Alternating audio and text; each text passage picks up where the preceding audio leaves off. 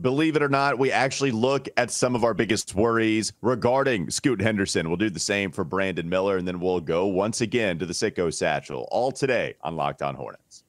You're Locked On Hornets, part of the Locked On Podcast Network, your team every day. In a minute, cuz we live.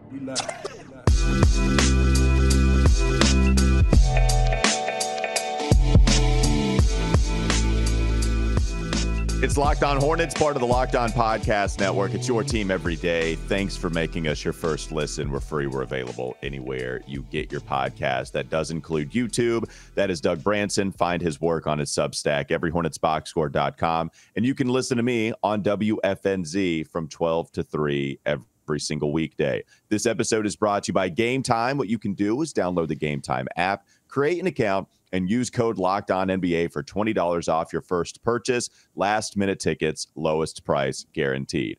Doug, we've made a few comments in the last couple of weeks how we've gone too far in on Scoot. Maybe not too far to you, but we've gone all in. Yeah, I know. We've gone all in. It's going to be weird once they announce Brandon Miller as the second overall selection. And we're like, no, this is a great thing. Brandon Miller's going to come in and do a great job. And people are going to be like, look, these things don't erase. It is on the internet. These videos, they are here forever. They don't erase. You're right. They do not erase, but people are way too lazy to go and get this stuff. So I'm not worried about it. But some people will know. Some of the people will know. And so we decided, all right, we need to find some inconsistencies here. We've done it with Brandon Miller a little bit. We'll talk about that again, of course, because apparently that's just what we have to do. But also we'll do it with Scoot because he's not a perfect prospect. There is the shooting. There are some other flaws to his game, believe it or not. And so we'll go with that. Doug, we'll start with you. And let's start with Scoot Henderson. When it comes to inconsistencies, when it comes to some flaws right now in Scoot's game, what are you most worried about as he transitions to the next level?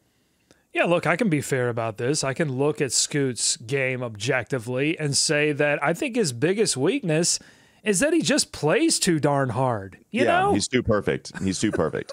I think you could look at maybe a little bit of his injury history and go, hey, if he didn't give 150% every game, right, then maybe he could have stayed healthier. No, I'm kidding. I think when I look at Scoot's game offensively, I think there's a lot to love.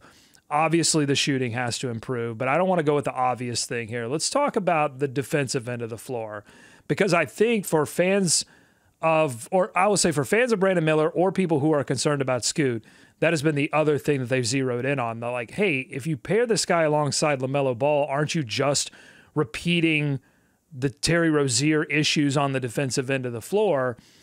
And there are some inconsistencies on that end for Scoot, and I think particularly there's just some loss of focus on, especially like in the pick and roll, and that can lead to fouls. And we've seen that from LaMelo Ball as well, where he gets blown by or loses focus for a second and gets back cut and then tries to recover and ends up fouling the player. And then some of LaMelo's fouls are frustration fouls as well. With Scoot, he's got pretty great block timing for a guard. So, I think if he gets a little work, and I think he's going to be coached by Steve Clifford, so, that would help, I think. Steve Clifford is a good defensive coach, could get some seasoning there. So, but I do think that could keep him off the court early in his career, and that would be a struggle. Yeah, for me, can we agree that it is the shooting because it's so important? And then these are our next ones, just because shooting has been well documented by everyone. So for me, it still is shooting. But to give you something else outside of the shooting, for me, there are some unforced turnovers from him that you'll see. He'll get himself in trouble. And then it's not because of fantastic defense. He actually drove into a bad part of the defense. And then there are times where he's just throwing some passes that make you scratch your head. And so there are a little too much of that. And the other thing is settling for the mid-range jumper. Sam Vecini talked about this on our podcast too. It's a well-documented flaw in his game. The good news is that can change by just saying, hey, be more aggressive. It seems like an easily learned attribute to be able to attack a little bit more than just settling for mid-range. You don't know how much he's coasting. There are some games that he missed because you know that you are going to go to the next level. You're going to go to the NBA. So there's a little bit of this G League. The reason you go is to get ready for the NBA. Yeah. I have no clue. Nobody cares at all who wins any game. I mean, I can't tell you who wins any of these games. I think G League Ignite beat Victor Wembanyama, but I don't remember. I just remember Wemby and Scoot going at it. That was a lot of fun. I think it's about the settling for the mid-range jumpers quite a bit, and also not being crazy efficient at those. It would be different if he was, I don't know, KD, to use an extreme example, right? It would be a little bit different. I like his mid-range game. I think it's going to be strong. But if he's going to settle for a lot of those shots, you would hope that the efficiency would be better than what it is. And hopefully that can happen in the NBA. Yet on the shooting front, it doesn't appear like this is not an MKG situation, because I've seen that thrown around a little bit with it being the second overall extreme selection. Example. Talk about extreme examples. Yes, it's not the MKG. I mean, like when we watched MKG before that draft, we go, wow, that shot is all the way broken. We knew it then, and we knew that it was going to be a coin flip whether or not you could really fix all of that. We knew all of that uncertainty, and we talked ourselves into MKG saying, yeah, but look at all the other stuff that he can do on the floor. Maybe that makes up for the shooting. I don't feel that same way about Scoot. I feel like the shot is not broken, and it, certainly he's doing the right things. He's working with the right people. It's funny to see all of these. I don't know if this is just a this year thing. The Hornets haven't been at the top of the draft very often in the past 10 or so years. So like, I don't know if I'm just not been paying attention, but all of these top guys coming out and saying, well, this is who I'm hanging out with. This NBA player is who I'm hanging out with. Like Brandon Miller had his guys. Scoot saying he's working with Steph Curry.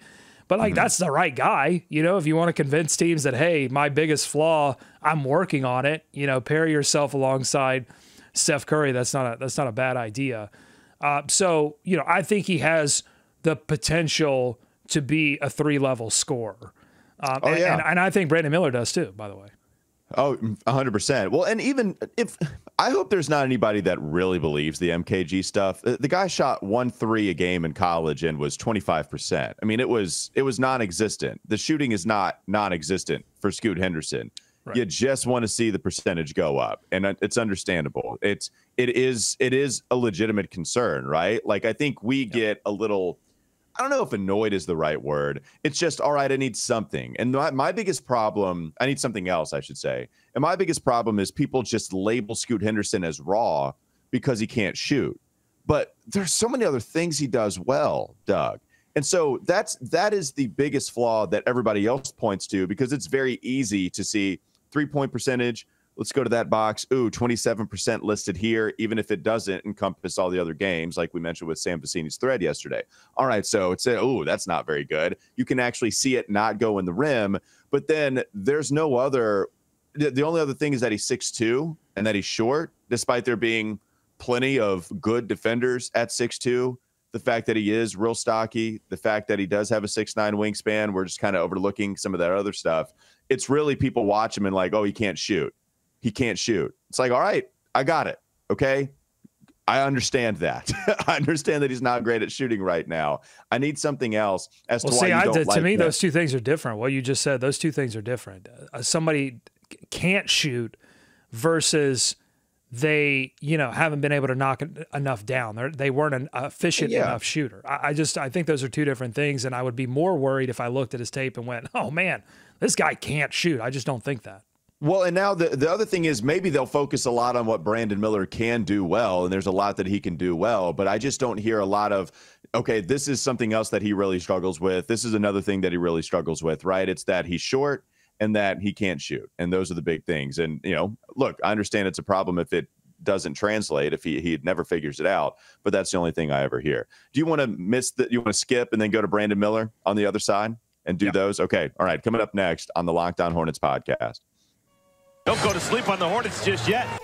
We gave you some of our biggest worries about Scoot Henderson. We're going to do the same about Brandon Miller at the next level. This episode is brought to you by Gametime. It is the place for the last-minute ticket deals that you can get. Forget planning months in advance. Gametime has deals on tickets right up to the day of the event, and you can get exclusive flash deals on tickets for football, basketball, and baseball, but not just sporting events. You can also get those deals for concerts, comedy, theater, and even more than that. The Gametime guarantee means you'll always get the best price. If you find tickets in the same section and row for less, Gametime will credit you 110% of the difference. It's the fastest growing ticket app in the country for a reason. You can get images of your seat too before you buy, so you know exactly what to expect when you arrive. Download the Gametime app, create an account, and use code LOCKEDONNBA for $20 off your first purchase. Terms apply. Again, create an account and redeem code LOCKEDONNBA for $20 off.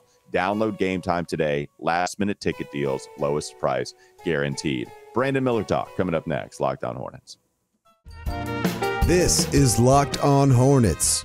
Now that we have this question, I feel like I need to ask this. Are y'all sweet potato pie folks or you pumpkin pie folks? Pumpkin pie folks. Sweet potato folk. Pumpkin pie. Sweet potato. It's time for more of the Locked On Hornets podcast.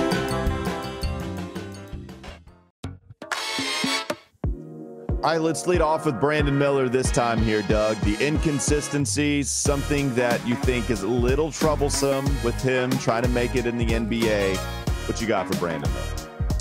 For Brandon Miller, I was watching a little bit of his tape last night, and I noticed like the release point on his jump shot, which is his jump shot, much heralded because he was knocking down so many three-point shots for Alabama.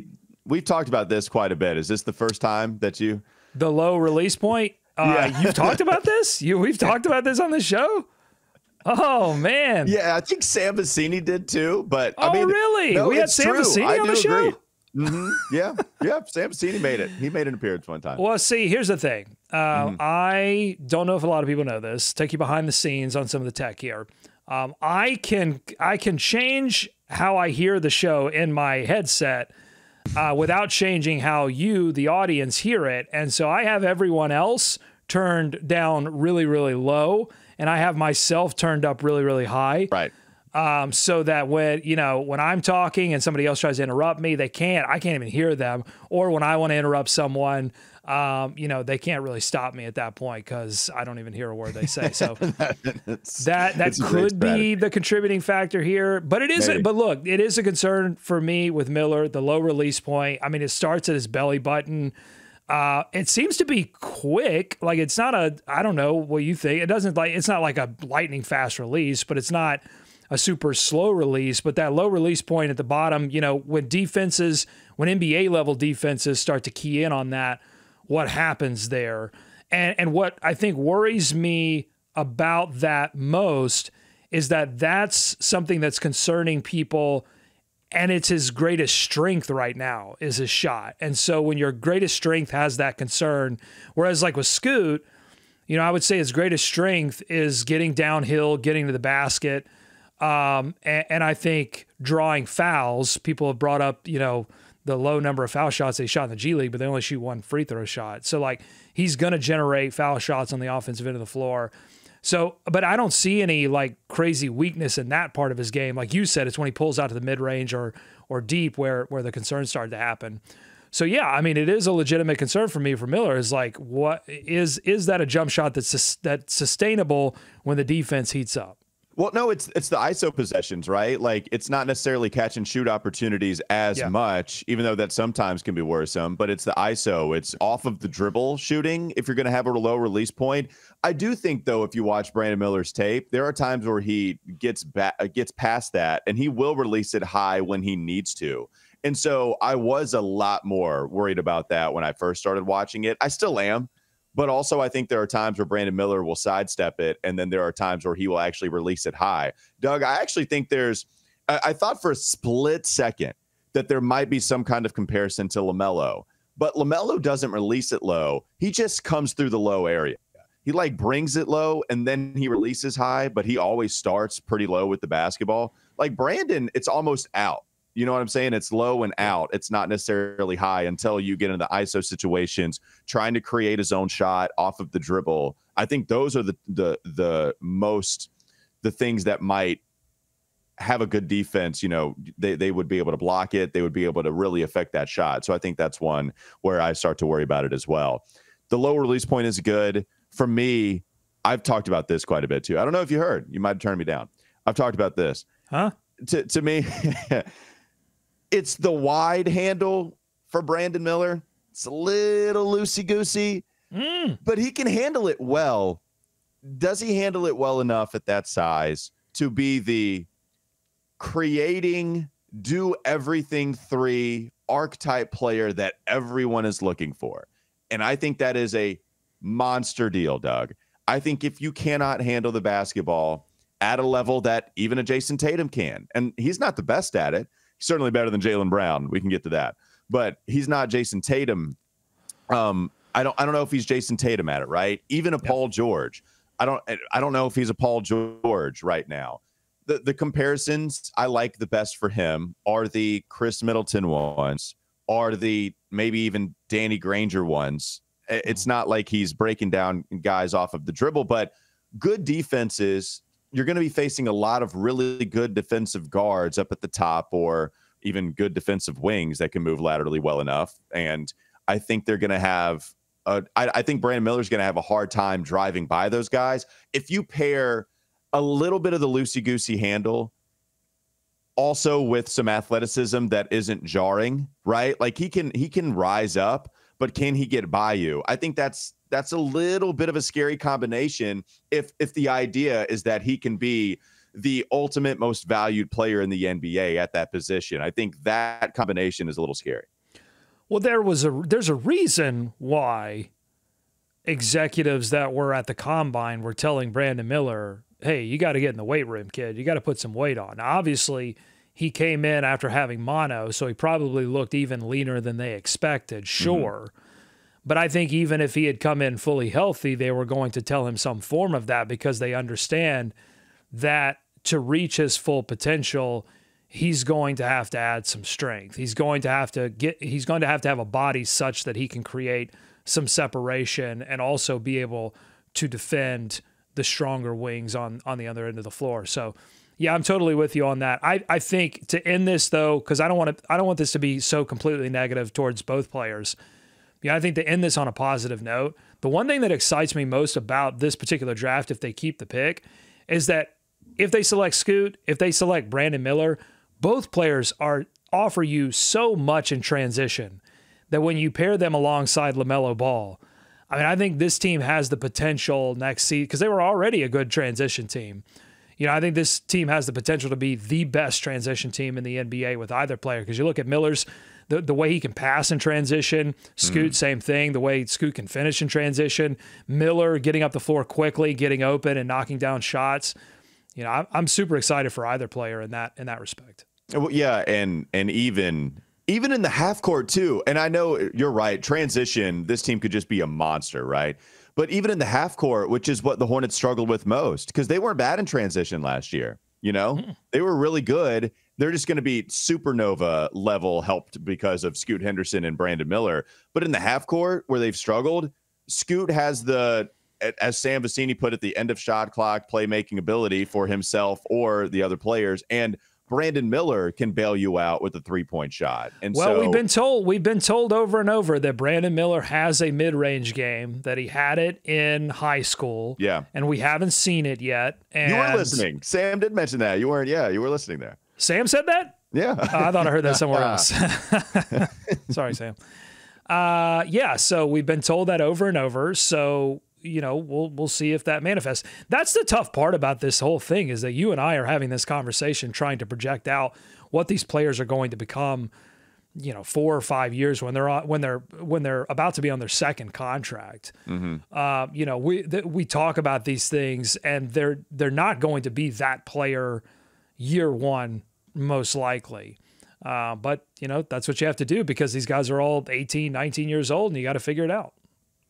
It's really tough. And then it's hard at number 2. And then at 27, if they decide to keep that, it's going to be a lot harder at number 27. So it's an imperfect process. There's no doubt about it. All right.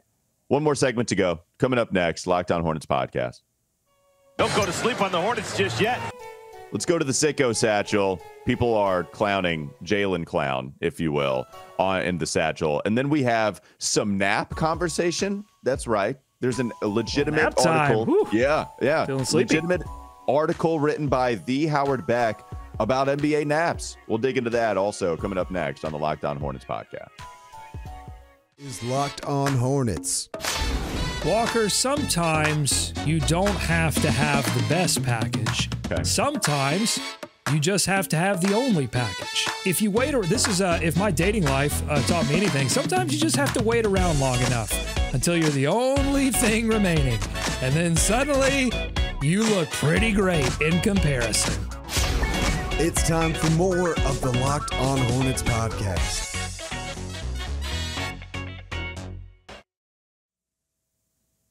Doug, this Eastern Conference Finals reminded me of one thing in the NBA I've also been talking about quite a bit. It's the fact that value can change on a dime in the NBA. I mean, you can have one guy like Caleb Martin, who Reggie Miller was saying is going to get paid despite being locked in for one more year in his contract, making 6 to 7. But we'll just have to wait a year out from that. Maybe that's what Reggie was saying. And then we can go to Jaylen Brown, who was really good in the NBA Finals last year and also turned it over a gazillion times to completely lay an egg in Game 7. And also the series was not good against the 8-seeded Miami Heat. When Jason Tatum was hurt, they could not rely on Jaylen Brown. It's your time to shine. It's your time to shine, and you failed. Look, you're not wrong about that. It was his time, and Jason Tatum was clearly hobbling. He was bothered, something serious with that injury, and Jaylen Brown couldn't take over. And when he tried, they took his cookies. I mean, no conceal. That's a good point. That's a good point, Walker. It's not that he didn't try. It's not that he just faded into the background. It's that he tried, and the Miami Heat said, no. I mean, just clean pickpockets. I mean, Jason Tatum got pickpocketed too, but Jaylen Brown was the worst here. And so that led to this Sicko Satchel comment. Doug, do you want to play the intro before we go to the first Sicko Satchel comment? Oh, sure. Come on, you shameful little sickos.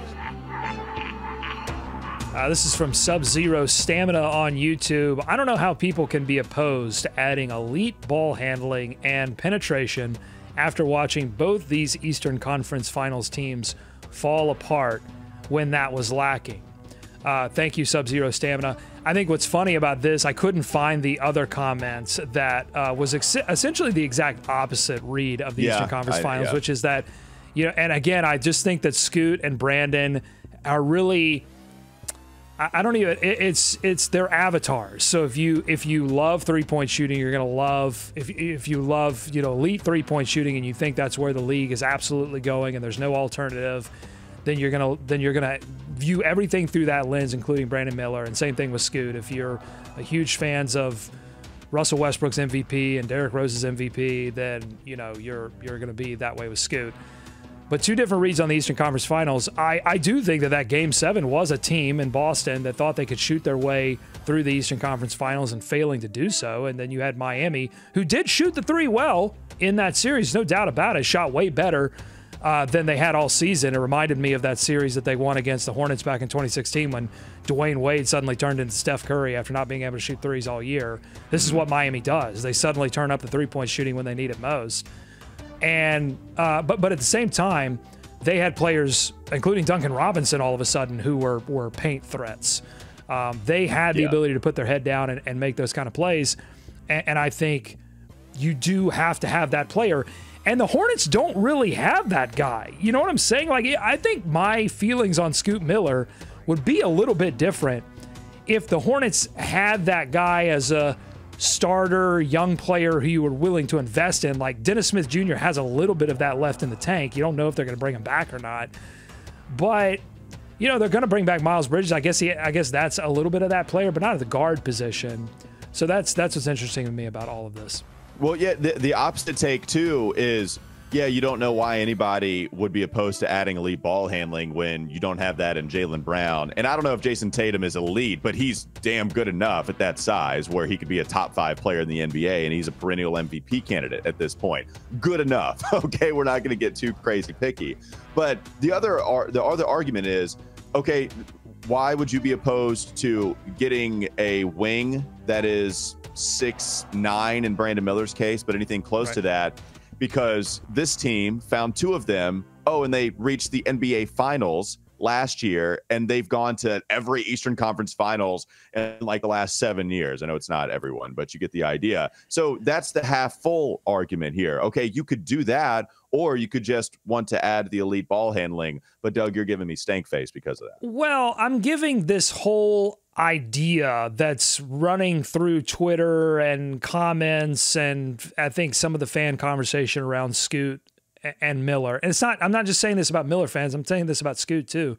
Scoot fans, as much as I love you because I'm driving the Scoot wagon, having this conversation, framing it in the frame of, well, they should take player X because Eastern Conference Finals, I think is a little silly, right? Because it's saying it's asking the Charlotte Hornets to play like 4D chess with roster construction when they haven't proven that they could win a game of tic-tac-toe, okay?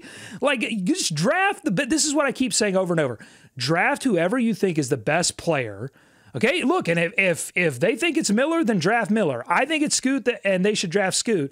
But if they think it's Miller, but draft the best player. Don't do some roster construction, especially with 18 or 19-year-olds. You don't know how these players are going to turn out. You don't even know how Caleb Martin was going to turn out. You didn't know that Caleb Martin was going to become this, although I will disagree a little bit with the conversation that's happening around Caleb Martin, because people are saying, hey, this shouldn't be a slight against the Charlotte Hornets. They did a great job of developing him as a player, and they had some roster jiu-jitsu that they had to do bringing Kelly, and so you got to let Caleb go, and now Caleb's finding success.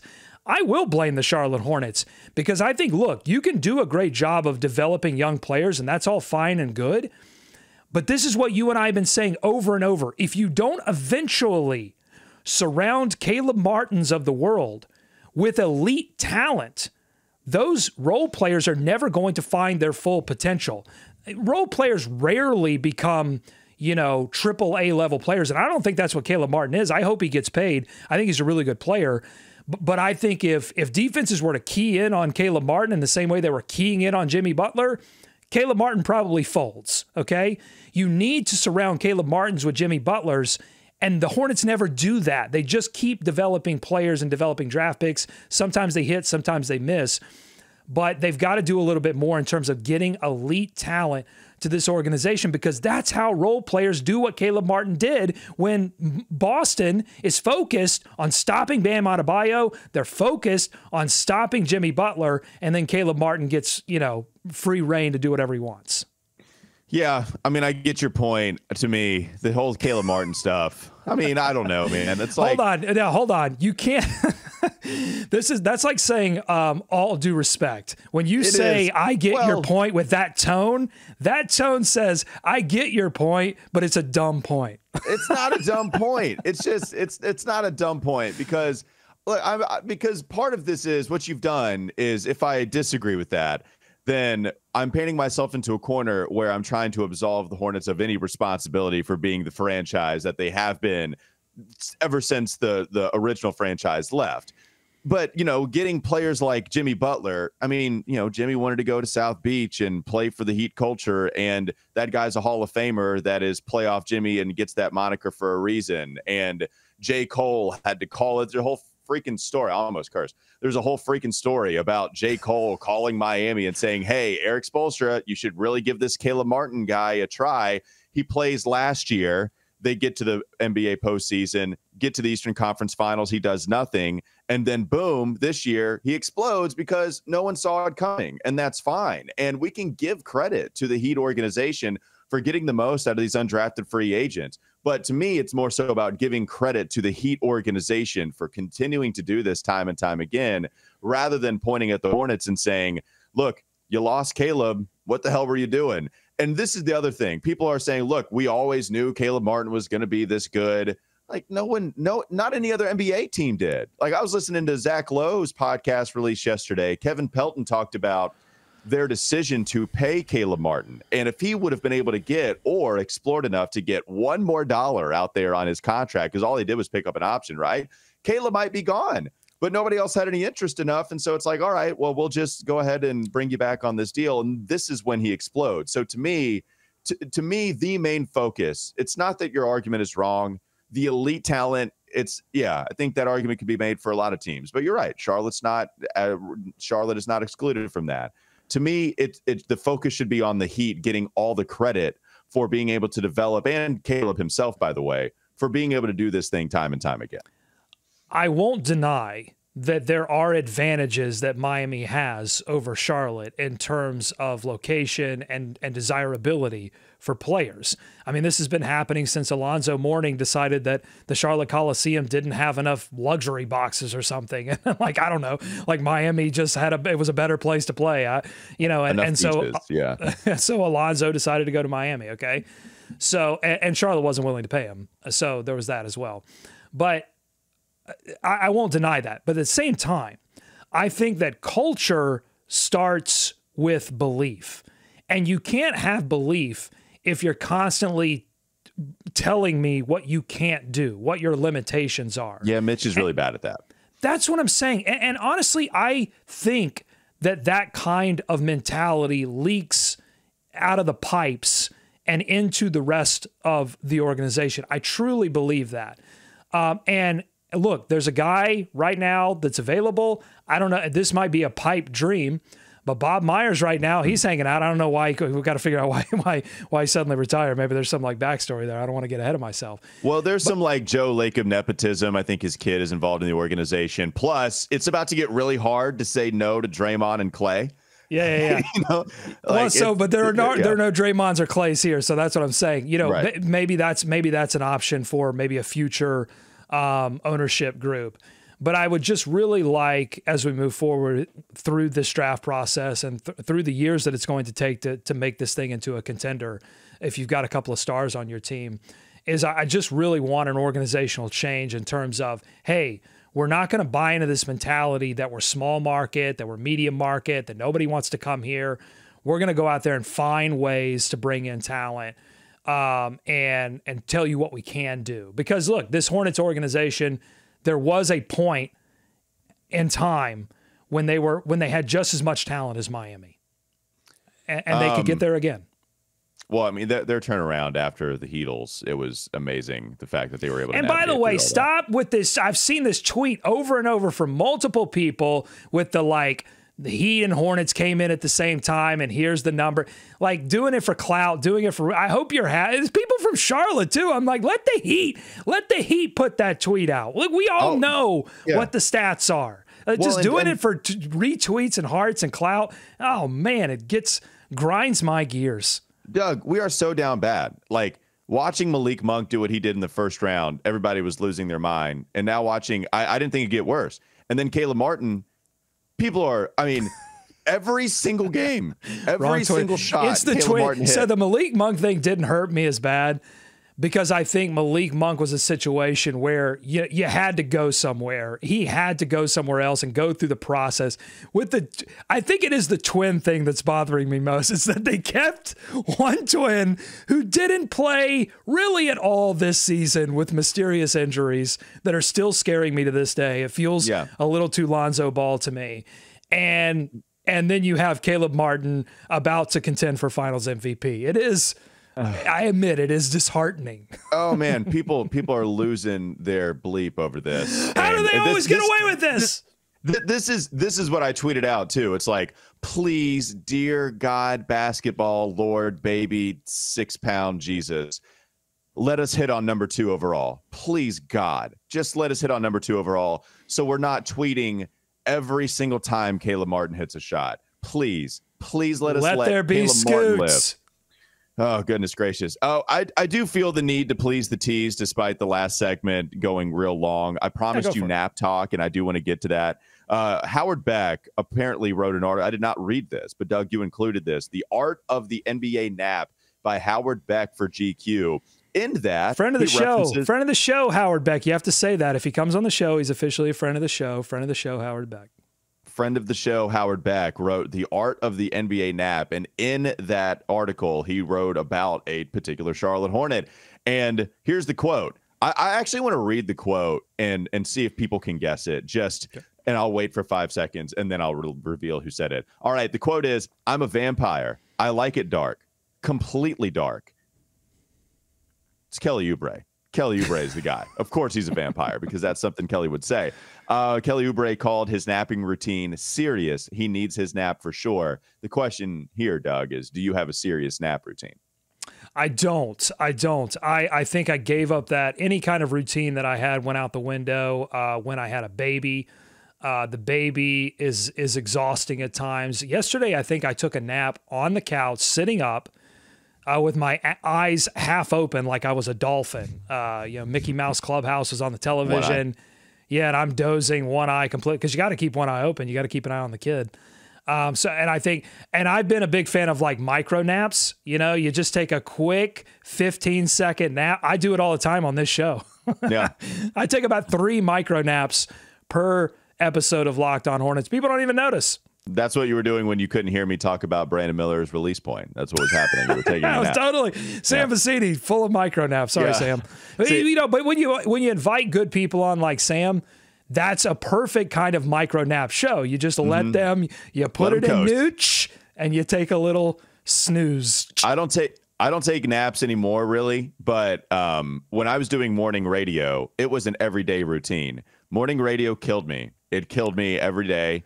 I hated it. And it was the time where it was the same thing. So perhaps a baby and doing morning radio where I would sit on the couch and fall asleep standing up. I can't do it anymore, but doing morning radio, and I would get back, and then we'd have to do the pod. So I'd go from 6 to 10. You got to wake up at like 4:30, do radio from 6 to 10, do post-production, come back, we do the podcast at 12, and then get something to eat. And then I'd sit there on the couch and I'd fall asleep. So that was my napping days. Not anymore. No more naps for me. I didn't put this in the rundown, but they also quoted Steve Clifford in this article.